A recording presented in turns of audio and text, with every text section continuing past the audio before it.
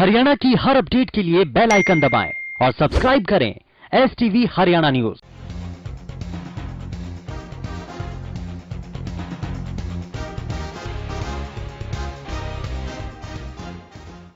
नमस्कार, आप देख रहे हैं हमारी खास पेशकश और मैं हूं आपके साथ शुभेंदु सिंह।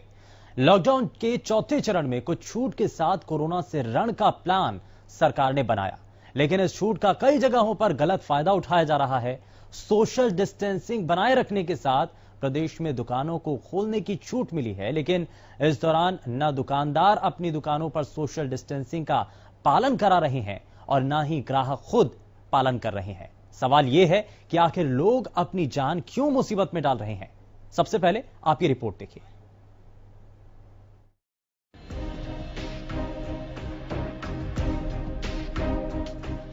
कोरोना को हराना है तो सोशल डिस्टेंसिंग को मेंटेन करना है, लेकिन लॉकडाउन 4 में कुछ छूट के साथ दुकानें क्या खुली, दुकानदारों और ग्राहकों ने कोरोना से मुक्ति समझ ली।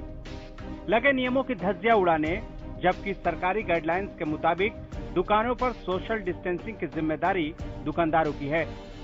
लेकिन करीब 2 महीने बाद दुकान पर लौटे दुकानदार जमकर इसकी अनदेखी कर रहे हैं।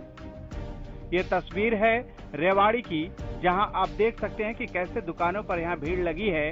लोग सामान लेने के लिए दुकानों पर इस कदर जमा हुए हैं जैसे आज के बाद ये दुकानें खुलेंगी ही नहीं। यही नहीं, रेवाड़ी में सोशल डिस्टेंसिंग की धज्जियां उड़ाने की खबर मिलने के बाद जिला प्रशासन ने रेवाड़ी के गुड़ बाजार को अगले आदेश तक के लिए बंद कर दिया है। गुड़ बाजार का माहौल काफी भीड़ भाड़ हो रहा था, जिससे कि कोरोना के फैलने में यहाँ मामले बढ़ सकते थे।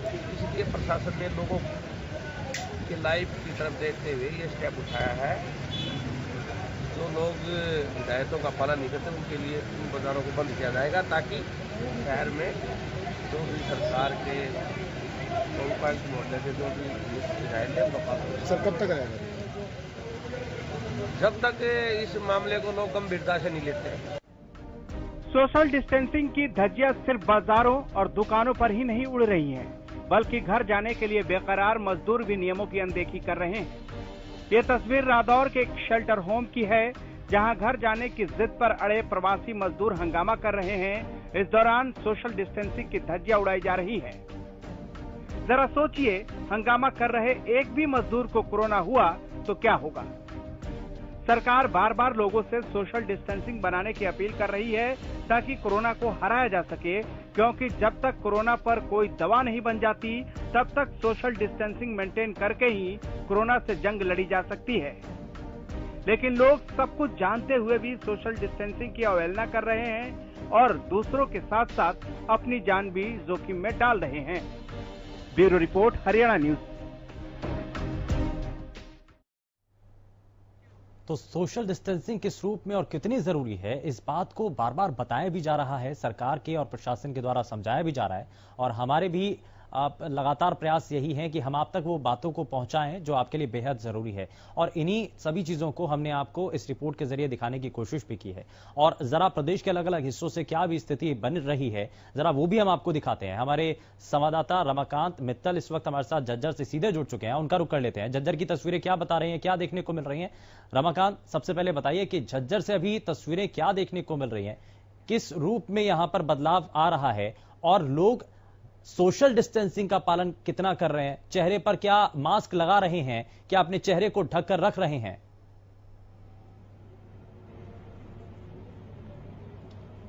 धन्यवाद शुभेंदु जी। लेकिन जो बात आप कर रहे हैं, 18 तारीख से 4.2 लॉकडाउन की शुरुआत हुई थी, 4.0 की लॉकडाउन की शुरुआत हुई थी। जैसे ही लोगों को पता लगा कि कुछ ढील दी गई है तो वो एकदम से बाजारों में निकल पड़े। जैसा कि हम बताते आए हैं, इतनी भीड़ हो गई, ना लोगों ने मास्क लगाया हुआ, ना सोशल डिस्टेंसिंग का ध्यान रखा।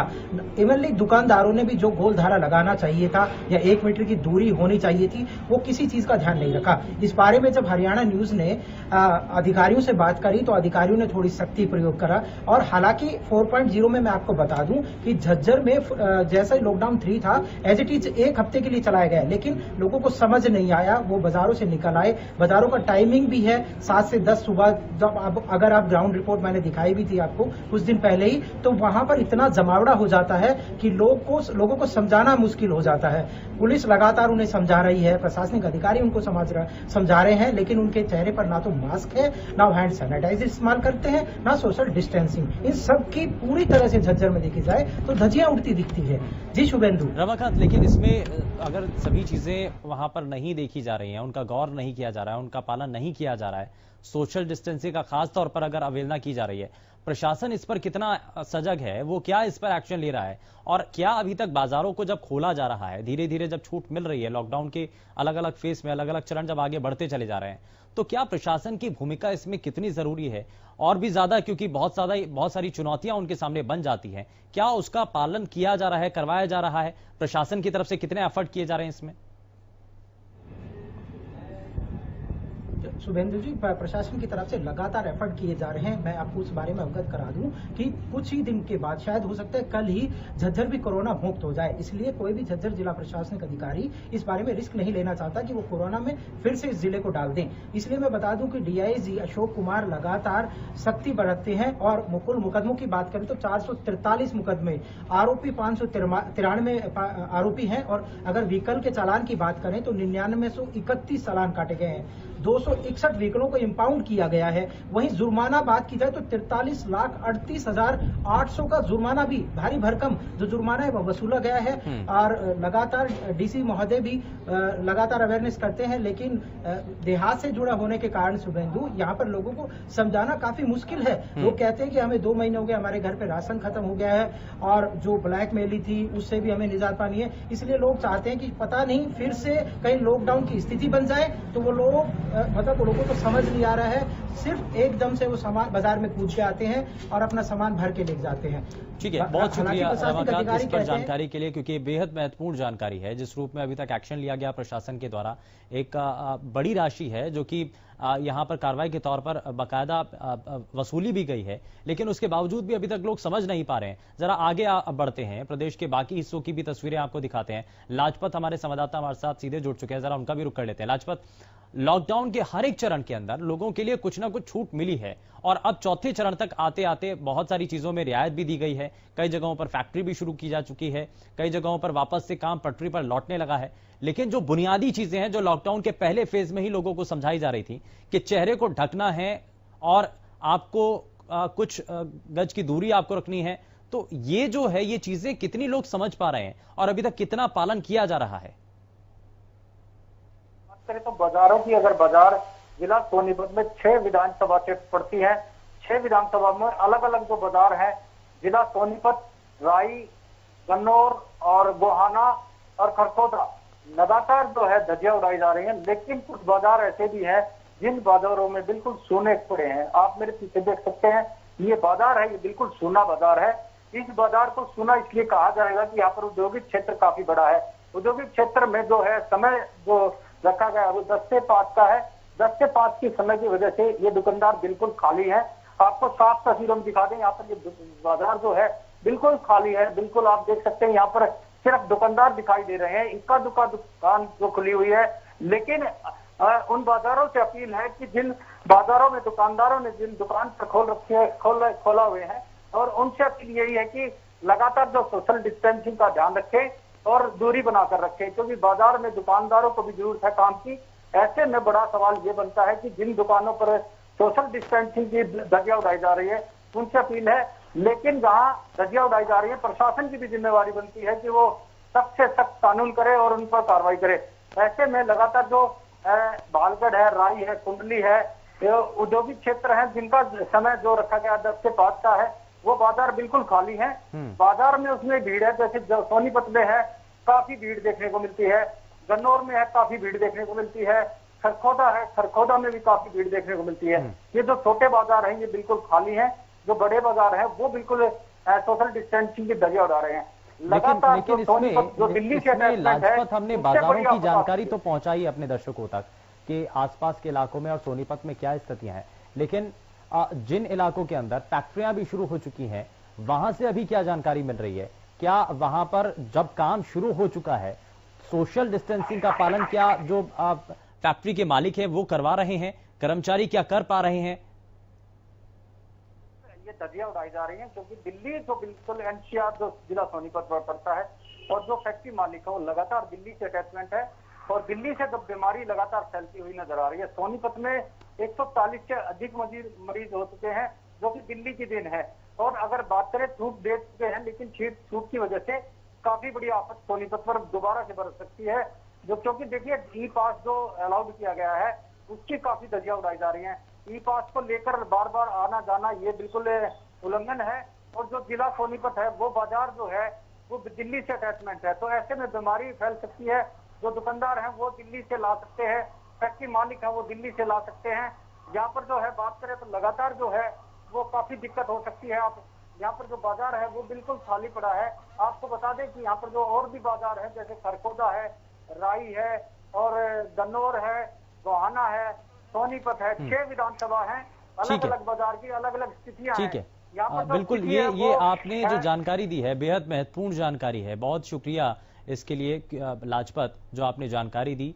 और ये हमारे दर्शकों के लिए भी जानना बेहद जरूरी है क्योंकि बहुत सारे ऐसे लोग हैं जो ये समझना चाह रहे थे कि क्या सोनीपत और उसके आसपास के इलाकों में छोटे बाजारों में काम चल रहा है। तो वहां पर तस्वीरें हमारे संवाददाता ने दिखाई और साथ ही ये भी बताया कि जो बड़े बाजार है वहां पर दुकानें खुली हुई हैं और वहां पर सोशल डिस्टेंसिंग का तो ध्यान रखा ही नहीं जा रहा है। तो यानी कि जो हमने शुरुआती फेज में हमने जो चीजें देखी थी, जिन नियमों का हमने बहुत अच्छे तरीके से पालन किया था, अब वो वक्त आ चुका है कि हमें अब उन बेसिक चीजों का आगे भी पालन यूं ही करना होगा।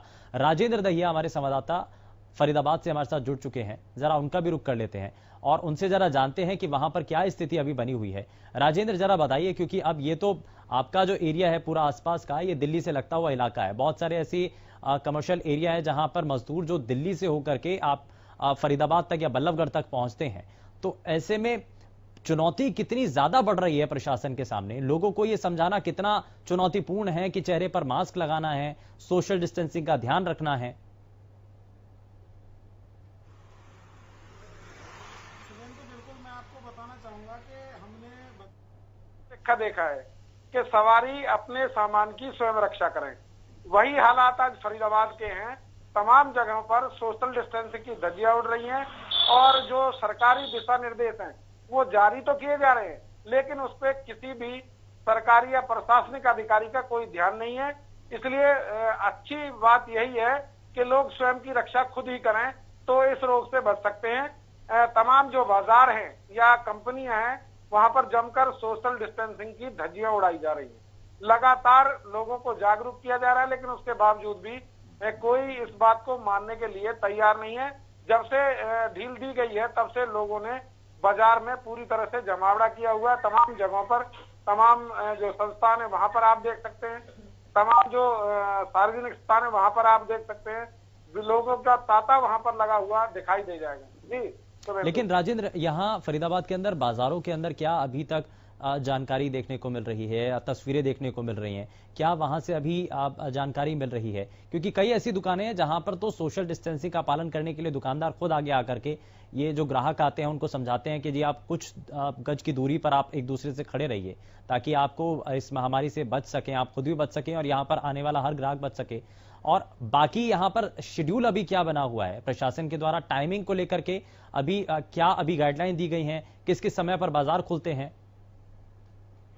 तो बिल्कुल मैं आपको बताना चाहूंगा, शाम के 7 बजे से लेकर और सुबह 7 बजे तक पूरी तरह से जो है कर्फ्यू लगाया गया है और जो दुकानें हैं शहर की उनमें दिशा निर्देश जारी किए गए हैं। जो रजिस्टर्ड दुकानें हैं उनको ऑड इवन के हिसाब से खोला जाएगा, लेकिन जहां रजिस्टर्ड दुकान नहीं है वहां ये तय किया गया है प्रशासन की तरफ से कि एक दिन सीधे हाथ की तरफ की दुकानें खुलेंगी और दूसरे दिन उल्टे हाथ की तरफ की दुकानें खुलेंगी। लेकिन यहाँ बराबर सभी दुकानें खुली हैं, चाहे वो रजिस्टर्ड दुकान है या फिर प्राइवेट जैसी मार्केट है बिना रजिस्टर्ड वाली। तमाम जगहों पर सभी दुकानें लगातार खुल रही हैं। और बात करें दुकानदारों की, नहीं, अगर अवहेलना हो रही है तो प्रशासन इस पर क्या एक्शन नहीं ले पा रहा है? जी बिल्कुल शुभेंदु, ये सबसे बड़ा सवाल है कि प्रशासन केवल दिशा निर्देश जारी कर रहा है, उनका कितना पालन हो रहा है इस बात का कोई मानक यहाँ पर तय नहीं है, कोई अधिकारी उसको देखने वाला नहीं है। तमाम लोग जो है सोशल डिस्टेंसिंग की धज्जियां उड़ा रहे हैं। और यदि प्रशासन इस बात पर ध्यान दे कि भाई जिस तरीके से दिशा निर्देश जारी किए गए हैं उस पर भी लोग अमल करें तो कहीं ना कहीं हम इस महा जो वैश्विक बीमारी है इससे बचा जा सकता है। ठीक है, बहुत शुक्रिया राजेंद्र इस पर जानकारी देने के लिए। तो ये फरीदाबाद की जानकारी भी हमने आप तक पहुंचाई है, वहां की तस्वीरें भी हमने आपको दिखाई हैं और ये दिखाने की कोशिश भी हम हमारे इस कार्यक्रम के जरिए कर रहे थे कि कैसे और किस रूप में जब लॉकडाउन के चरणबद्ध तरीके से हम आगे बढ़ रहे हैं तो जो बुनियादी चीजें हैं हम उनको कहीं भूलते चले जा रहे हैं। लेकिन हमें यह ध्यान रखना होगा कि यदि हमें आखिर तक इस महामारी से बचकर रहना है तो उन्हीं बुनियादी चीजों का हमें ध्यान रखना है। फिलहाल के लिए बस इतना ही। नमस्कार।